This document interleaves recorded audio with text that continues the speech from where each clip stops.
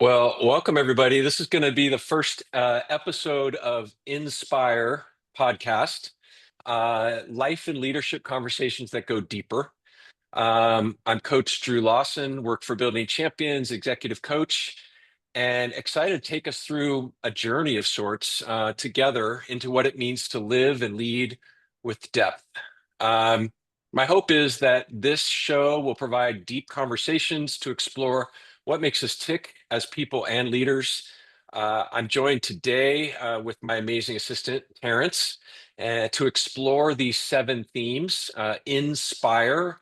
Each letter stands for it's an acronym to stand for themes that I hope that we can cover in conversation. And I first wanted to just introduce Terrence and actually put him on the spot right off the bat. All right. You ready? Yeah. So there's something that we do in coaching called a coaching wheel. hmm And if you have a piece of paper, do you have I a piece have of one. paper? I do. Yeah. If you have a piece of paper and you draw a circle on the piece of paper, you can make it a big circle.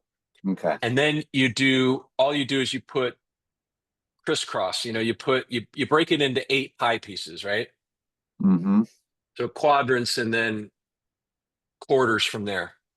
So you'll have a circle with looks like a pizza with 4 pieces, 8 pieces in it. Perfect. Yes. Yeah. All So right. now in each of those, I want you to put each of the letters. So Inspire.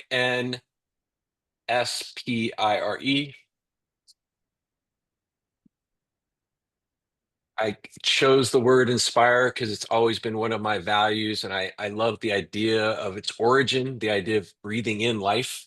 Mhm. So the I is the idea of identity. So under the I, you could put identity. The N is who I'm not. It's your non-identity. And then the S is spiritual. The P is physical. The I is intellectual. The R is relational, and the E is emotional. Now, when I use this type of wheel, and you can use this wheel with your kids, and you can use it with all these different topics. I've used it with so many different ways. You can put a 1 to 10 score under each of those wedges. So if Mm. you think about how well do I know my identity, you could give yourself a 2 or 10 or whatever you wanted to. How well do I know that I'm living or understand who I'm not? A number. How well am I doing spiritually, physically? So you get the idea, and unpacking that wheel would be a something that I would challenge anybody who would potentially be listening to this is like make the wheel, give yourself an initial number, go with your gut, and then we can start to unpack that together in this journey. But for example, if you looked at the wheel and noticed that you gave yourself a 3 on physical, then the questions embedded in this coaching wheel around Inspire would be, hey, great, I got a 2 or 3. Let's celebrate that. How did I get there? Second question is, let's dream what a 10 looks like in that category for you. And then let's talk about some things we can do to get from a 3 to a 8, 9, or 10. What would be those steps? So that's the way to use kind of a coaching wheel. I thought I'd introduce that coaching concept and the idea of Inspire at the same time. Uh, how does that how's that land? That's beautiful. Um, I have, a wheel yeah, here, and it feels comprehensive.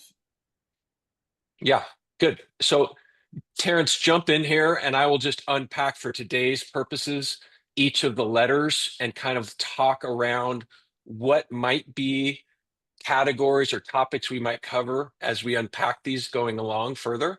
So I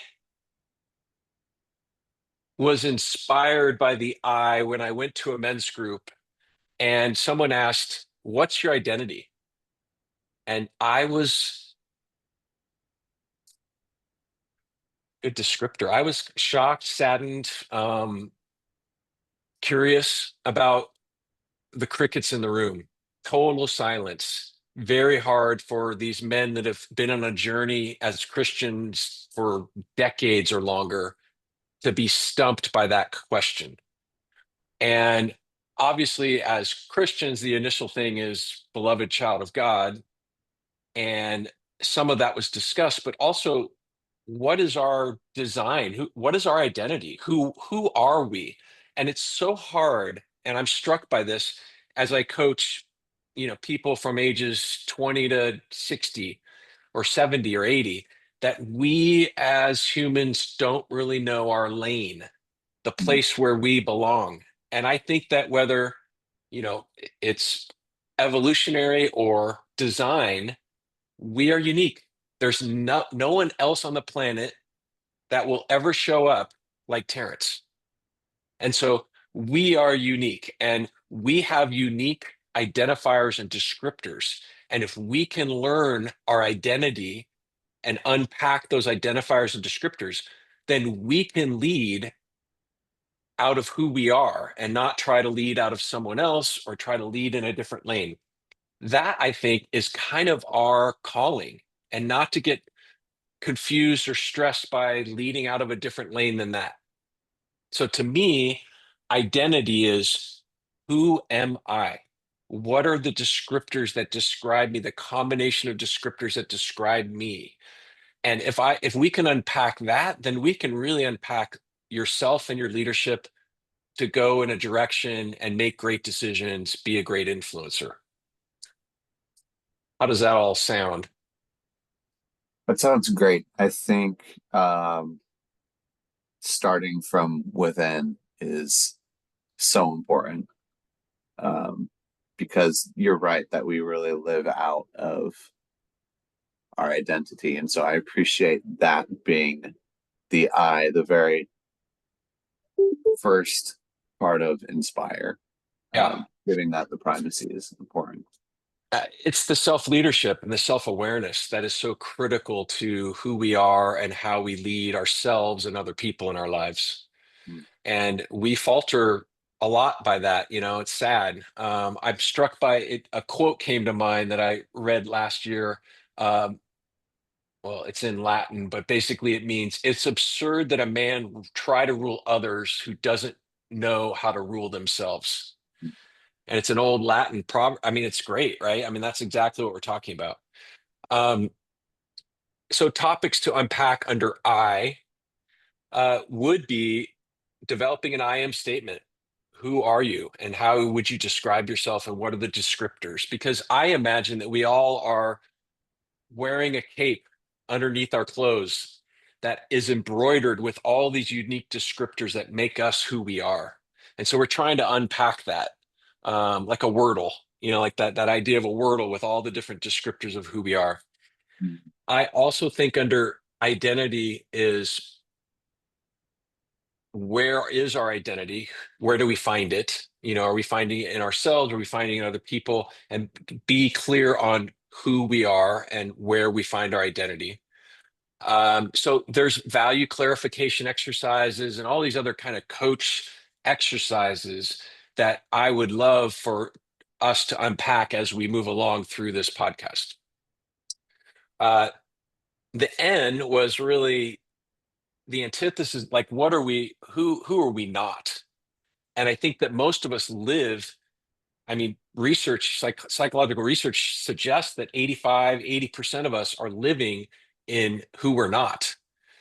Mm. And I have unpacked that with the book I wrote, but it's the idea of, we have these false selves, these inner critics, these parts of us in our neurochemical pathways that are forged when we were kids. And each of those pathways speak to us all day long about not being smart enough or successful enough or lovable, all these different various things. And so unpacking what are those false selves, which are also called various things by various people, protector parts of us. That's based on like the internal family systems work out of Schwartz, out of Harvard. I mean, all these different ways of looking at it. But if you can imagine, we have a boardroom or a group or a team inside our head that's swirling around. And if we know who the self is in that, our primary identity, then all things are great. But most of us are making decisions and leading from those different parts of our brainscape. And so Mm, we'll unpack those false selves and what I call unwanted selves, which are kind of what Schwartz calls exiles. These like, things that we don't want to be seen as. And so very early on in life, we get those things and they keep us from our true identity. So that would be the N. Any thoughts around that? yeah, that's really insightful for me because I feel like a lot of my time is spent on, well, who do I want to be? And I can start taking on all these new things only to find out, well, is that really compatible with who I don't want to be? And having both sides of that is really important. Um, a question on it: would you say that your non-identity, those people who you don't want to be, are those always negative? Mhm. What a great question. Yeah. I would say mostly classically, we talk about those inner critic voices. And interestingly enough, I think most people will say that those inner critic voices were there when we were little to protect us, but Hmm. they are childlike. They Hmm. are young and naive. And so we grow up as we advance in age with those kid-like voices like, hey, stupid, don't touch the oven, and Hmm. these kind of Hmm. things in our head. So Yeah. I think that they are naive and underdeveloped. So they're Hmm. unskilled, let's call it that. Hmm. Hmm. And that usually the actual skilled part in those critical voices in our head can be developed and oftentimes are part of who our true identity is. For example, if you have a inner critic in your head that's hyper rational, that thinks emotions are weak and is super focused on only talking about facts and data, then your rational side, your true part of your true identity probably is very logical and very able to find answers and maybe even integrate those into wisdom. So I think they're the same side of a same coin, different Hmm. sides of the same coin. And Yeah. so I think most of our non-selves are either um, unskilled, like, but also potentially really skilled, but just not our lane. Hmm. So you bring up a good point that, um, being a hula dancer is probably not, that's a great skill and an amazing thing, but that's not going to be me, so that's not me, even though it's a really great thing. Hmm. Does that help with that question? Yeah. That was such a great question. Yeah. I think that was really helpful for me just to understand kind of the relationship between the I and the N and the way that they interplay with each other. And it helps me think about them both a little bit more clearly too. Yeah. So more to follow, but that's kind of the N part of it. The S part is spiritual, and it's doesn't have to be that everybody listening has to be, a Christian or, some kind of spiritual guru or whatever. It's going to be the topics we're going to unpack are largely going to be about meaning and purpose and values, and we'll be unpacking those kind of things and including maybe some metaphysical conversations and existential conversations because I am always excited to talk about that stuff. So those are kind of topics under that category. Any any thoughts on that? I appreciate that you have that in there, because it's easy to, um, for me at least, it's easy to neglect my soul often, um, even as I work. Um, just because I work doesn't mean that I'm going to check my soul at the door, but I'm mind, body, and soul. Yeah, yeah, well said. Well said. So more to follow.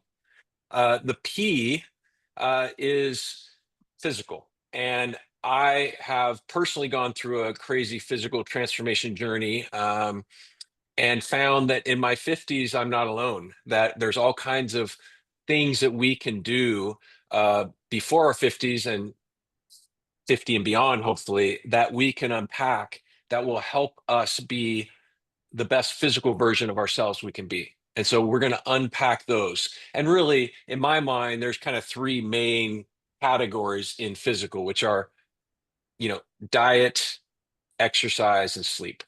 And those three things, as we all know, can last us a lifetime to discuss, but those would be the kind of big buckets of categories or topics that we might cover under physical. I don't know. Probably more there. What are your thoughts?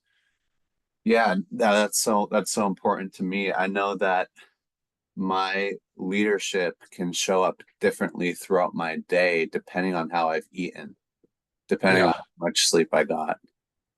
yeah, Um, yeah. Well said. Yeah. Yeah, very well said. I remember those dips, right? You get those dips at 2, 3, and 4, like the time we're recording this right now, and you get those dips and you're not at your best. And so what can we do to manage our physicals? Because it's really important. Good. And then the next one is I for intellectual. And I think topics that came to mind were thought life, mindset, obviously probably touch on growth and growth mindset, fixed mindset, um, the power and privilege of being curious and what that looks like, and even the kind of the intersection between intellect and wisdom and the difference. So some of that discussion as well. What else is in this category? Anything else pop up? I don't think so. I think that covers it. That covers it pretty well. And what I appreciate about this too is even as we have the physical and we'll get to relational, so much of our lives is determined about what's going on in our head and our heart. Yeah. Yeah. And I think that's really, and I think it would be, I don't know, the thing that popped up is a quote that always shocks all my clients is from a neuroscientist who said that we're feeling creatures that think, we're not thinking creatures that feel. Mm, And I think that we are so convinced that we're thinking creatures that feel and never or occasionally um, feeling, the feeling part. mhm, And the reality is that we are not thinking creatures that occasionally feel. We are feeling creatures that occasionally think. mhm, And mhm. so unpacking that is really important for I think our lives. Um, the next one is R for relational. And boy, a lot of these could be, so ginormous, but the thing that came to mind is what we do, we do as a coaching company is we do a lot of team. And so what does team look like? What does the relationship in team look like? And then a lot unpacked around what does relationship with your direct reports, with your boss, and then a lot of what does team or relationship look like when you're equals in running a company? What does that look like? And how to keep that in a good place. Mhm. Um, and then, of course, the other thing that popped in my head about relationship is, talking about marriage and relationships, with your significant other, whoever that might be. That's really sacred, important space as well. Mhm. Yeah, I think it can be much easier to get clear on all these things in Inspire without putting ourselves in that context of the people we love and the people we know. And Yeah. I have all these ideas about myself, but how are they going to be used to serve Drew throughout the week? How does my Yeah. wife react? And what does she think about this? That's so crucial. And it's fascinating to me, the relationship conversation, because so often, myself included, but clients will come to the call wanting to talk about someone else. Mm, And there's only one entity on the planet that we can probably really influence and change successfully, that's ourselves, Hmm. and I think that we lose track of that. So it's a there's the caveat there, I think, is really always let's start with ourselves and start to try to understand and optimize ourselves. And then as we talk about relationships, know that we have to figure ourselves out first, or we're not going to do well in relationships. That's good. Um, and then the last one is emotional, which, as I said, we're actually emotional beings that sometimes think. And so I think the category emotional is huge as well, but it comes to mind. The classic is emotional intelligence. What does that mean? What are the categories? How can we get more of it? Um, Doing a lot of work with the Mark Brackett content around how we feel app and unpacking that, because I think that's such a great app that's free, that's a vehicle for our ability to get in touch with our emotions and our ability to get in touch with other people's emotions. The older I get, the more I realize emotions are really the spark of life, but also really give us a lot of information about ourselves and other people. I also thought about the other thing that came to mind when I thought about the emotional category is just gratitude as well. We could talk for hours about this, right? Forgiveness, and you could unpack all these different emotions and what they mean to us. Uh, how does that sound? What thoughts do you have? Yeah. Yeah, that's just so cool to hear because I'm often tempted to think that I'm a blank slate coming into something. And for me, I'm excited to hear all the work that you're gonna do and show in this podcast around emotions because it's easy to have oh, I'm feeling sad or happy or angry, but what does that actually mean? Um, and so I'm really excited to hear the way that unpacking emotions influences my leadership. Yeah. And I love the fact that you named Brene Brown did some work around emotions, a lot of work around emotions. And one of the things she said is that when she polled a bunch of people, that 91% or something in the 90s, 90% of us only know three emotions. And you listed them: mad, glad, and sad. Mm, And so that's all we get. And if we don't have an understanding of the nuances of our emotions and unpack more of them, then we really are limiting ourselves and our relationship. So, yeah, yeah, very true. So, in closing for this first podcast, my thought is to consider homework. Maybe I did too many years of school. I always think homework is fun, but I'm sure a lot of people go, oh no, that sounds horrible. But just the idea of the coaching wheel. I mean, create a wheel and put the INSPIRE in it and give yourself a score. And just look at the score and say, what do I notice about myself? Where are places I want to get even better? I had a client who had nines and tens on all the categories of his life. And I said to him, well, the scoring actually is out of 20. And he just lit up. He's like, oh, that's so great. He's so excited because he's filled with energy. So, mhm. oftentimes we get stuck on the low scores. And I would encourage anybody who's willing to take the bait and play around with a coaching wheel like this is maybe not go for the three, go for the eight and say, wow, I got an eight under spiritual. God, I'm so thrilled by this. And this is so great. And this is such a big part of my life. And I want to just live in that space and celebrate that and maybe see what a 10 looks like and not get stuck on, oh gosh, I got a two on emotion. I better really get on work on that. Because, if it doesn't excite you or it's not something you really want to work on right now, don't pick that one. But in closing, really think about these categories and go after one of them and play with one of them, and more to follow. I'll Yeah. do my homework. I'm All excited. right. Okay, good. All right. More to follow. Thank you, Terrence. Thank you, Drew.